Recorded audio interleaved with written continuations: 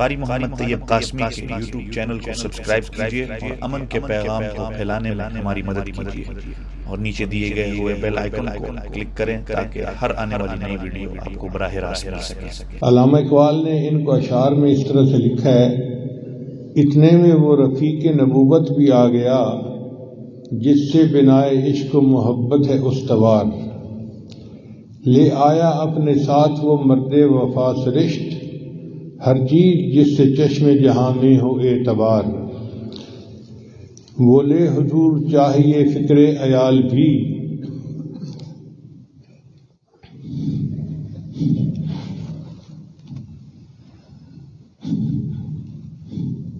کہنے لگا وہ عشق محبت کا رازدار، اے تجھ سے دیدہ مہو انجم فروغ گیر، تیری ساتھ باعث تکوین روزگار،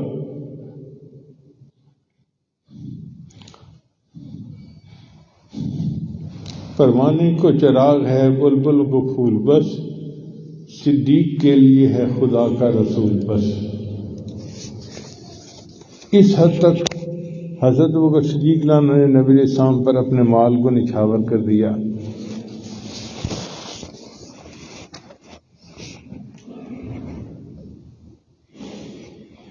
حضرت عبداللہ ابن مسعود روایت کرتے ہیں کہ میں نبی السلام کی خدمت میں تھا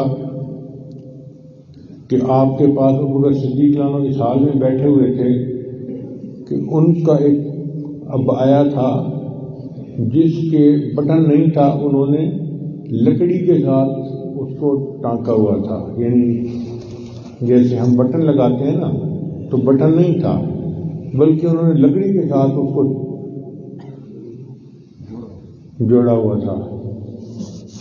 اتنے میں جبریل علیہ السلام آ گئے، انہوں نے آ کے پوچھا: اے اللہ کے حبیب صلی اللہ علیہ وسلم، آج ابوبکر کیسا عبایا پہن کے بیٹھا ہوا ہے؟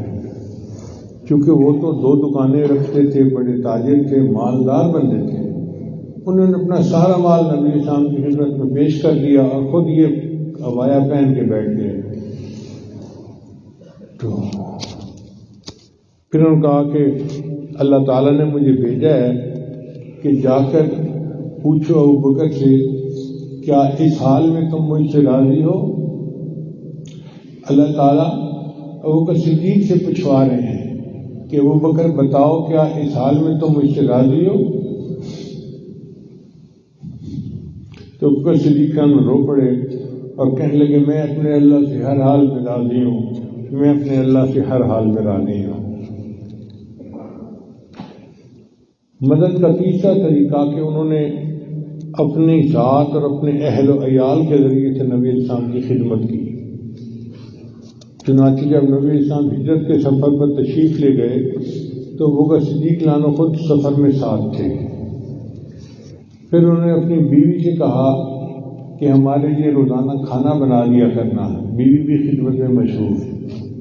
اپنی بیٹی اسماء سے کہا کہ بیٹی تم چھوٹی ہو، کوئی شک بھی نہیں کرے گا، تم یہ کھانا لا کے ہمیں فلاں جگہ پہنچا دیا کرنا۔ اور اپنے بیٹے عبد الرحمن سے کہا کہ بیٹا تم مکہ مکرمہ میں سارا دن پھرنا اور جو کفار کی پلاننگ ہے اس بارے میں آ کر ہمیں رات کو بتا دینا۔ اور اپنے غلام کو کہا کہ تم ریوڑ چلانا بکریوں کا، اور ریوڑ چلانے کے بہانے غار میں ہمیں تازہ دودھ پہنچا دینا۔ یعنی خود بھی ساتھ خدمت میں موجود ہیں، بیوی کھانا بنا رہی ہے، بیٹی کھانا پہنچا رہی ہے، بیٹا اطلاع پہنچا رہا ہے اور غلام جو ہے وہ دودھ پہنچا رہا ہے۔ سارا گھرانہ نبی شام کی خدمت میں انہوں نے پیش کر دیا۔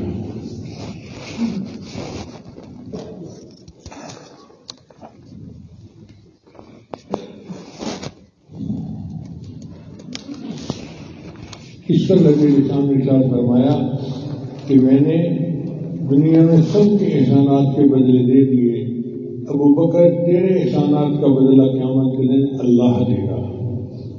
اب آپ اندازہ لگائیں کہ سیدنا صدیق انہوں نے نبی السلام پر کتنے احسانات کیے ہوں گے کہ محبوب صلی اللہ علیہ وسلم فرماتے ہیں میں نے سب کے احسانات کا بدلہ چکا دیا، ابوبکر تیرے احسان کا بدلہ قیامت کے دن اللہ دے گا۔